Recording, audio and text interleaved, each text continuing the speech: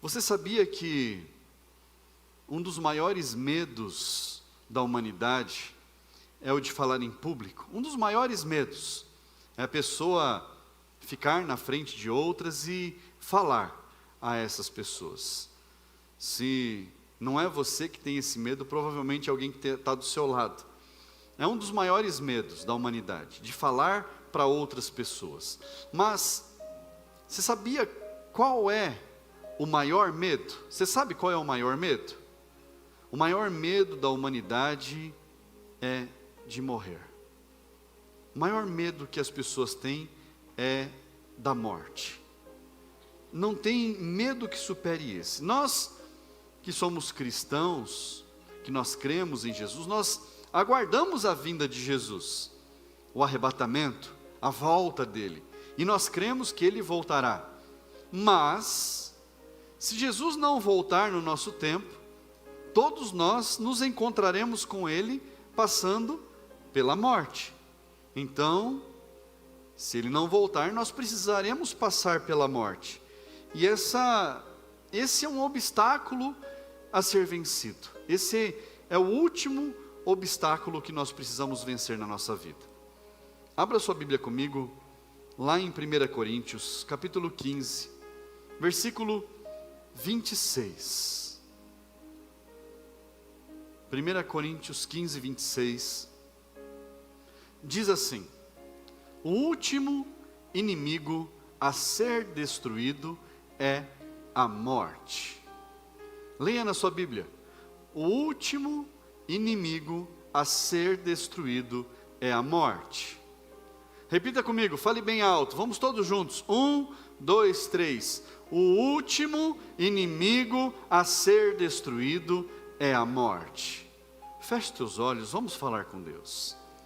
Senhor, meu Deus e Pai, essa é a sua palavra, meu Deus. Senhor, fala conosco de uma forma especial, que nós possamos compreender a tua vontade, os teus desígnios, meu Deus, e que nós possamos enfrentar todos os obstáculos, passar, meu Deus, por todos os inimigos, pois há muita coisa pela frente, Pai, até que chegue aquele dia.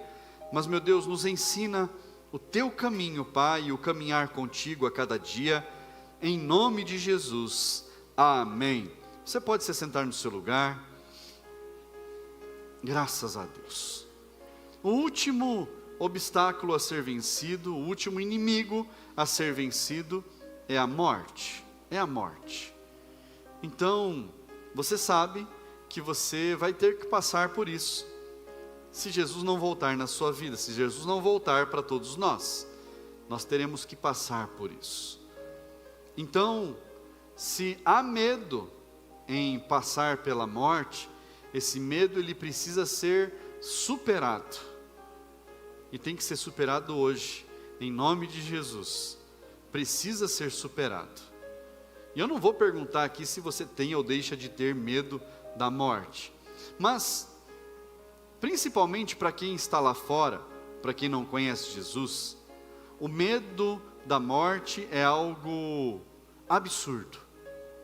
Mas esse medo ele está muito relacionado às dúvidas que as pessoas têm com relação ao que vem depois. Se tem alguma coisa depois, ou se acaba aqui, ou se não tem nada depois. Essas pessoas elas têm inúmeras dúvidas, e muitas pessoas elas acreditam, porque elas colocaram isso na cabeça delas, que só há essa vida e depois dessa vida acabou. Não tem mais nada, é o fim do raciocínio lógico, é o fim da existência e acabou a vida. Eu conheço uma historinha, que é uma fábula, de 2 irmãos gêmeos, que estavam dentro do ventre da mãe, gêmeos no ventre da mãe, e nessa historinha, essas 2 crianças conversavam no ventre da mãe, e uma dizia para a outra: você acredita em vida após o parto? E a outra criança falava: claro que isso não existe, que vida após o parto, a vida é isso aqui, não tem mais nada além disso. E aí, uma disse para a outra assim: não, mas deve ter algo depois. Não é possível que não tenha nada depois. Não, a nossa mãe é isso aqui que está ao nosso redor, e é só isso aqui. Depois disso, acabou. Quando chega o parto, acabou a vida, não tem mais nada. E quando esses bebês nasceram, quando teve o parto, a vida acabou? Houve uma nova vida, um novo tempo. Ali dentro foi um período. Nós estamos passando por um período na face da terra. Nós estamos aqui na mãe. Tem pessoas que falam a mãe terra, né? Nós estamos aqui. Mas haverá um tempo que esse período vai cessar, vai encerrar. E então nós vamos para depois dessa vida. É como os bebês no ventre, discutindo se tinha vida depois do parto. Será que há vida depois da morte? Nós encaramos a morte, nós aprendemos a encarar a morte como um fim. E a morte, para nós cristãos, ela não é o fim. Ela é apenas uma etapa, e a palavra de Deus diz que é o último inimigo a ser vencido. O último obstáculo pelo qual nós passaremos nessa vida. O último obstáculo. Mas, para nós, há esperança em Cristo. Cristo é quem nos dá esperança de nós termos algo além dessa vida.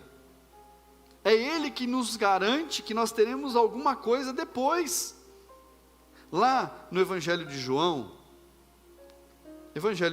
capítulo 11, versículo 25, diz assim: então Jesus declarou: eu sou a ressurreição e a vida. Quem crê em mim, ainda que morra, viverá. E todo o que vive e crê em mim, não morrerá eternamente. Você crê nisto? Olha isso. Jesus disse: todo o que crê em mim, mesmo que morra, viverá. Ainda que morra, vai continuar vivo. E todo que vive e crê em mim não morrerá eternamente. E aqui está a chave de algo extraordinário. Que vive e crê em Jesus. Aquele que vive e crê em Jesus não morrerá eternamente. E nós precisamos entender que o morrer eternamente é o julgamento e a morte final. Mas aqueles que estão em Cristo não serão julgados para condenação, mas sim vão viver para sempre. Vão viver por toda a vida, vão viver além da vida, além da morte. Depois que essa vida se encerra, haverá uma nova vida, haverá algo novo para nós. A palavra de Deus diz que os nossos corpos serão transformados num corpo sobrenatural. E aí a nossa mente tenta desenhar isso, tenta calcular isso, tenta imaginar isso de alguma forma. E tem pessoas que pensam, imaginam e declaram, constroem isso, que a gente vai ser como um fantasminha subindo para o céu, como uma poeirinha, como uma nuvenzinha. Mas a palavra de Deus diz que nosso corpo será transformado num corpo glorioso. E se nós compreendermos Deus, o que é difícil, porque Deus, Ele é antes de todas as coisas. Se Deus é antes de todas as coisas, Ele criou todas as coisas, e a palavra de Deus nos diz que Ele já existia antes de tudo. E aí as pessoas perguntam, mas o que tinha antes de Deus?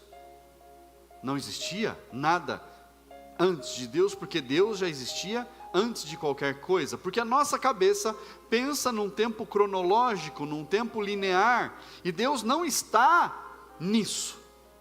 Deus está fora do tempo, Deus está fora da matéria, Deus está acima e além de todas essas coisas. É por isso que é difícil para a nossa mente conseguir entender Deus.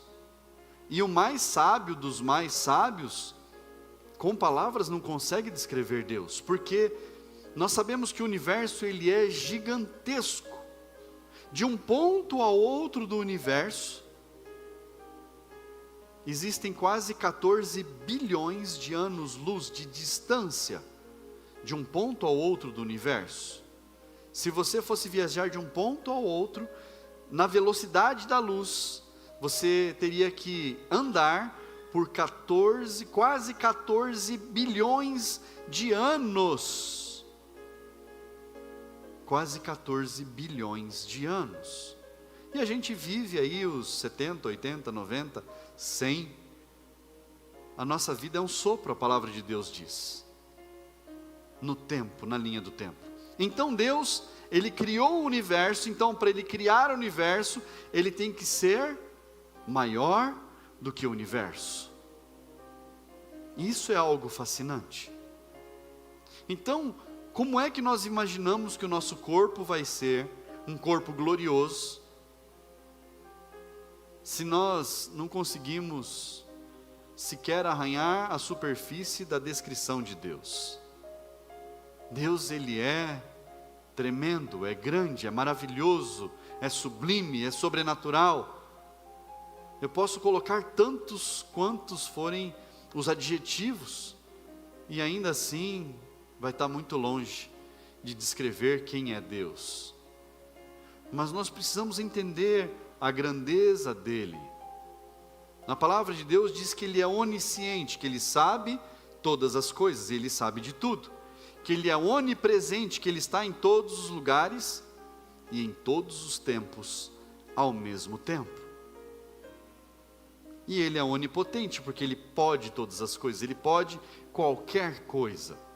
Então, essas três palavras, elas tentam resumir quem é Deus. Onipotente, onipresente, onisciente, pode tudo, sabe de tudo, está em todos os lugares ao mesmo tempo. Esse é o Deus que nós servimos, um Deus grandioso. E quando o nosso corpo for transformado, talvez ali a gente tenha uma compreensão maior e mais próxima de quem é Deus. Mas até lá tem tempo. Fala para quem está do seu lado, até lá tem tempo. Tem tempo pela frente, irmãos. Tem muita coisa para acontecer, para nós vencermos o último inimigo, para nós passarmos esse último obstáculo. Até lá tem muito obstáculo ainda para chegar. Até lá tem muito inimigo para ser vencido. Até lá tem muita coisa para ser enfrentada. E eu quero falar algo para vocês a respeito, é um adendo aqui à palavra de Deus, sobre obstáculos, sobre inimigos que precisam ser vencidos.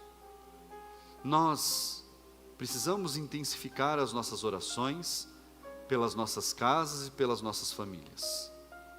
Intensifique as orações pelos seus. Não negligencie isso. Para o amanhecer desse dia, eu fui despertado de um sonho, que quase um pesadelo, e eu repreendia os inimigos que se levantavam contra os nossos filhos, as nossas casas. Eu acordei orando, repreendendo ações do inimigo. Ore, ore. Eu tenho pedido para Deus despertar as pessoas na madrugada para buscarem a Deus em oração. Então, se você acordar de madrugada, fique com raiva de mim, fique bravo comigo, mas fala assim: pastor chato, acordei e vou orar.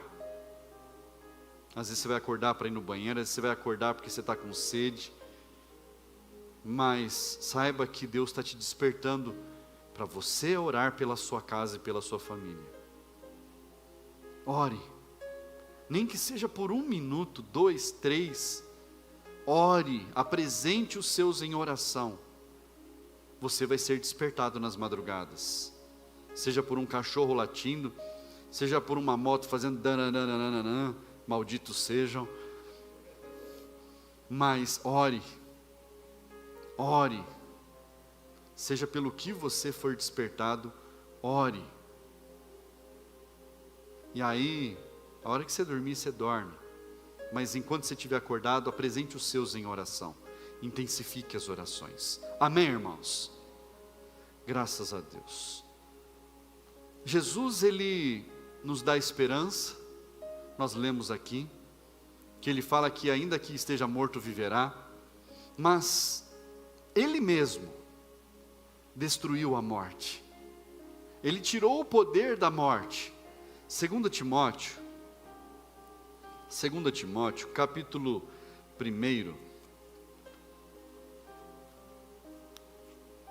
versículo 10, a segunda parte do versículo, está aí na tela? 2 Timóteo, capítulo 10, capítulo 1, versículo 10. Segunda parte do versículo diz assim: Ele não só destruiu a morte, como trouxe à luz a vida e a imortalidade, segundo o Evangelho. Ele não só destruiu a morte, como trouxe à luz, como nos mostrou, a vida e a imortalidade mediante o Evangelho. Jesus, Ele, através da morte na cruz e da sua ressurreição, Ele destruiu o poder das trevas. Ele aniquilou o poder da morte. Só que, além disso, Ele mostrou para nós a vida, Ele apresentou para nós a vida e a imortalidade. A imortalidade. A imortalidade não é a eternidade. A eternidade é aquele que vive antes de tudo e continua vivo depois de tudo. Deus é eterno, Jesus é eterno, o Espírito Santo é eterno. Nós não somos eternos, nós somos imortais. Tem um filme antigo que era de pessoas que não morriam. Eu não lembro o nome do filme, mas tem uma música lá, Who Wants to Live Forever? Quem quer viver para sempre? Quem quer viver para sempre? E nós precisamos entender que nós viveremos para sempre. Você vai viver para sempre. Em Cristo nós vivemos para sempre. Em Cristo nós adquirimos o poder da imortalidade. Isso é excepcional, irmãos. Você já parou para pensar nisso? Que você é imortal? Que a morte não tem poder sobre você? Porque Cristo disse, mesmo que morra, quem crer em mim, viverá. Mesmo que o corpo esteja morto, você continua vivo, porque Jesus nos deu a vida, e não apenas essa vida com abundância, mas a vida depois da morte, depois do encerramento da vida aqui na face da terra. Nós somos imortais. Agora, com o peito cheio, fala para a pessoa que está do seu lado, fala assim: você sabia que eu sou imortal? Fala para essa pessoa e fala aí, vampirão. Nós somos imortais. Imortais no Senhor. Imortais em Cristo. Porque Ele nos dá a vida. A vida além da vida. Isso é fantástico, irmãos. A gente às vezes simplifica esses detalhes, mas isso é sobrenatural, é além do normal, é algo extraordinário. As pessoas, elas acabam a vida aqui e elas acham que encerrou tudo, acabou tudo. E a gente, claro, quando algum dos nossos vai, a gente chora, e precisa chorar mesmo, irmãos. Chora porque sente saudade, chora porque o tempo foi abreviado, chora por inúmeras questões, por dores que fazem parte do nosso sentimento, das nossas emoções. Mas nós temos uma certeza: aqueles que estão em Cristo estão vivos no Senhor. continuam vivos e um dia nós vamos nos encontrar com eles. Nós vamos nos encontrar com os nossos irmãos, na glória. Nós teremos esse prazer de nos encontrar com os nossos. Jesus, Ele preparou tudo. Deixou tudo organizado. Jesus é organizado, gente. Jesus, Ele é assim. Lá em Hebreus capítulo 10, versículo 19 em diante, diz assim: portanto, meus irmãos, tendo ousadia para entrar no santuário pelo sangue de Jesus, pelo novo e vivo caminho, aleluia, que Ele nos abriu por meio do véu, isto é, pela sua carne, e tendo um grande sacerdote sobre a casa de Deus, aproximemo-nos com o coração sincero, em plena certeza de fé, tendo o coração purificado de má consciência e o corpo lavado com água pura. Nós precisamos ter a certeza da nossa salvação, ter a certeza que, independente do que acontecer, no tempo que acontecer, a nossa salvação está garantida. Pergunta para quem está do seu lado aí, pergunta discretamente, fala assim: você tem certeza da sua salvação? Pergunta para essa pessoa: você tem certeza que você está salvo? Se acontecesse alguma coisa hoje, fosse o fim, você parasse de respirar hoje, você tivesse que passar pelo último inimigo lá, a morte, você estaria salvo? Você ia fechar os olhos nessa terra e você ia abrir os olhos e ia ver Jesus? Você tem certeza disso? Você tem certeza que você está salvo? As pessoas às vezes elas falam assim: uma vez salvo, para sempre salvo. Está na Bíblia isso? Mostra para mim o texto. Cuidado. A certeza da salvação nós temos quando a gente faz a manutenção. É como o carro, irmãos.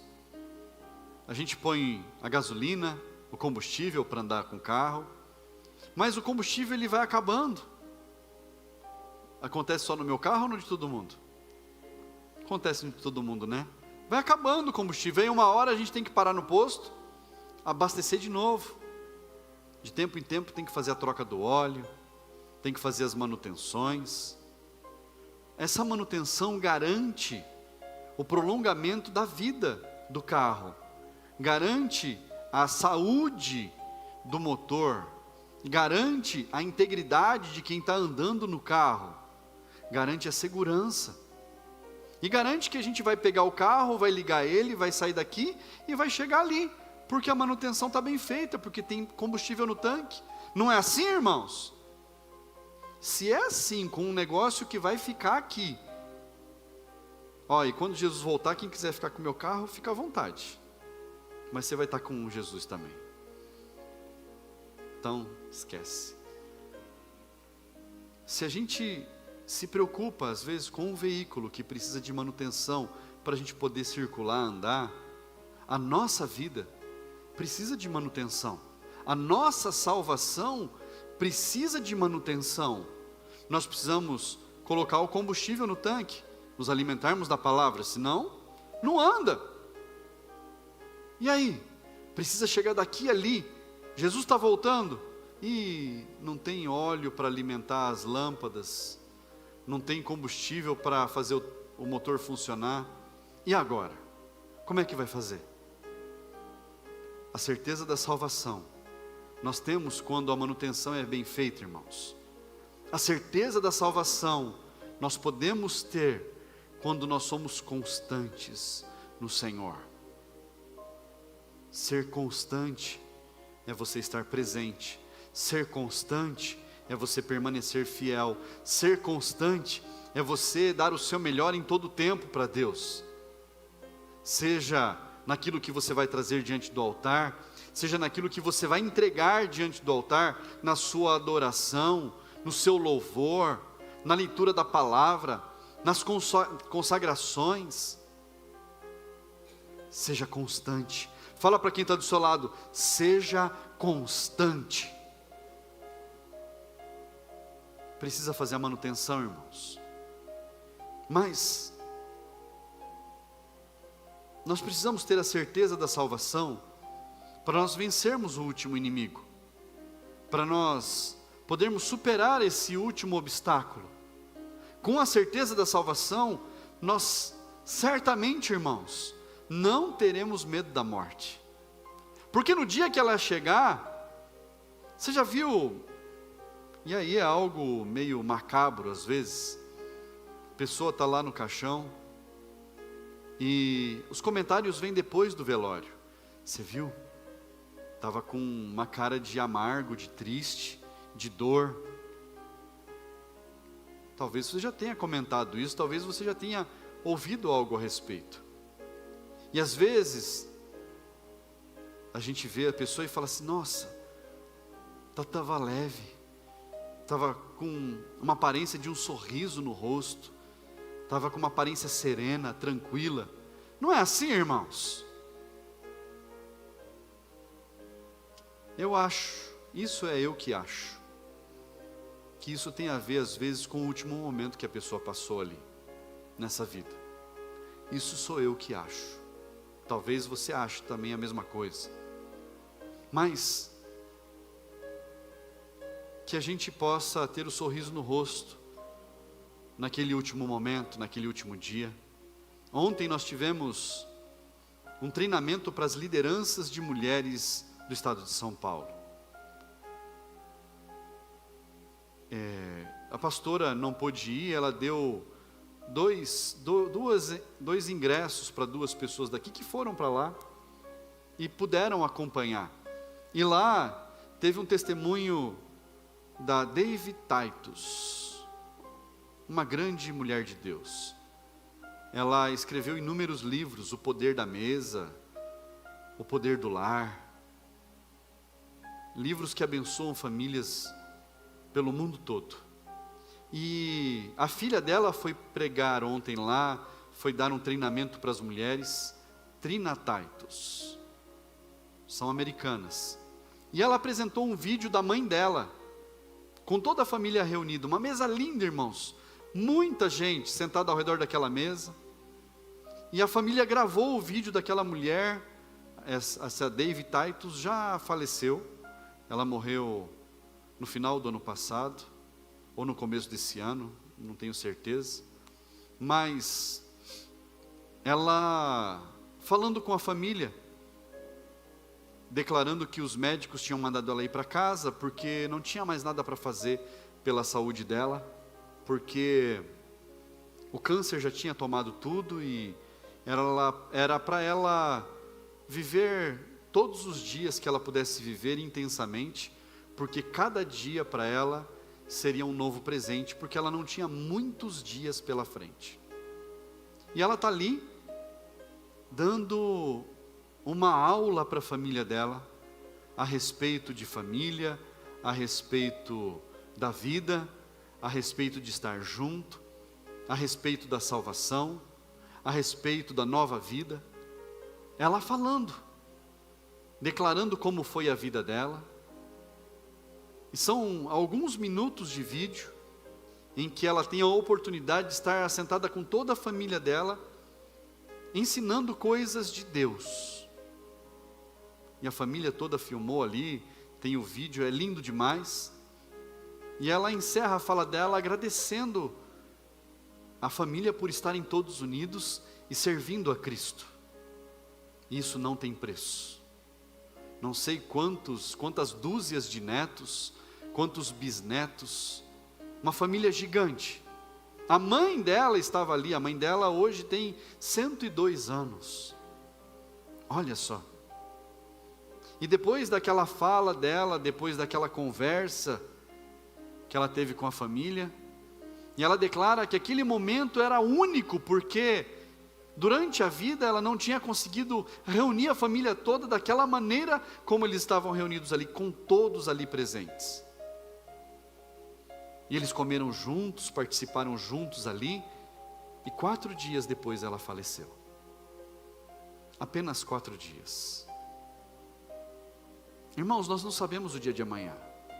Eu quero viver bastante nessa terra. Eu faço votos de que você viva muitos e muitos e muitos anos nessa terra. Mas, e se não acontecer? Nós não podemos ter dúvidas, irmãos, do que vem depois. Basta crer. Basta você crer em Jesus. O texto que nós lemos fala a respeito de nós sermos renovados, inclusive passando no renovo pelas águas, é a água do batismo. Hoje à noite nós teremos batismo aqui na igreja. E se você não passou pelas águas do batismo ainda, então eu tenho certeza que você tem dúvida da salvação. Isso é óbvio, porque a palavra de Deus diz que aquele que crer e for batizado será salvo. Então o primeiro passo é o crer, então eu preciso crer. E quando eu creio em Cristo, eu desço as águas do batismo, não tem outro caminho. Eu preciso ver. Então não acreditou em Jesus, não creu que Ele é o Cristo, não acreditou que Ele morreu e ressuscitou por nós. Porque quando eu creio nisso, simplesmente eu dou o passo que tem que ser dado. Porque se eu titubeio, é porque eu ainda não tenho certeza de nada. E aí, o medo se instala. O medo do que virá depois. O medo do que talvez não virá depois. Basta nós crermos. Evangelho de João, capítulo 5. João, capítulo 5, versículo 24. Evangelho de João, capítulo 5, 24. Diz assim: em verdade lhes digo, quem ouve a minha palavra e crê naquele que me enviou, tem a vida eterna. Não entra em juízo, mas passou da morte para a vida. Então, depois dessa vida, nós passamos pela morte e vem o quê? Vida. Em verdade lhes digo que vem a hora, e já chegou em que os mortos ouvirão a voz do Filho de Deus, e os que a ouvirem, viverão. E aqui Jesus não está falando daqueles que já estão sepultados, daqueles que já morreram, não. Jesus está falando de nós, que morremos para este mundo, e vivemos para Cristo. Jesus está falando que aqueles que estão mortos, e ouvirem a voz, viverão. Depois Jesus explica sobre os outros mortos, mas Ele está falando de nós, que estamos mortos para quem está lá fora, mortos para o mundo, mas vivos para Cristo. Você é imortal, você está vivo para Cristo.